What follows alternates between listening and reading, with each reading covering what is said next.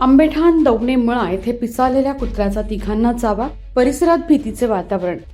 आंबेठाण येथील दवणे मळा परिसरात पिसाळलेल्या कुत्र्याने तिघांना चावा घेतल्याची घटना घडली असून परिसरात भीतीचे वातावरण पसरले आहे।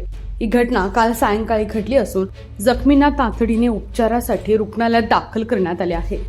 स्थानिक नागरिकांनी दिलेल्या माहितीनुसार परिसरात 15 ते 20 भटकी कुत्री काही दिवसांपासून फिरत आहे। त्यातील एका कुत्र्याने अचानक रस्त्यावरून जाणाऱ्या तिघांवर हल्ला केला।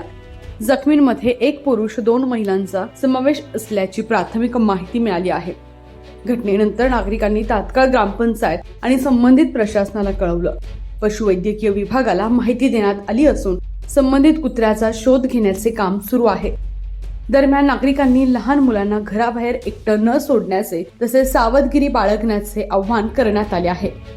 आरोग्य विभागाकडून जखमींना रेबीज प्रतिबंधक लस देण्यात आली असून पुढील उपचार सुरू आहेत। भविष्यात अशी घटना टाळण्यासाठी भटक्या कुत्र्यांवर नियंत्रण ठेवावे अशी मागणी नागरिकांकडून करण्यात येते।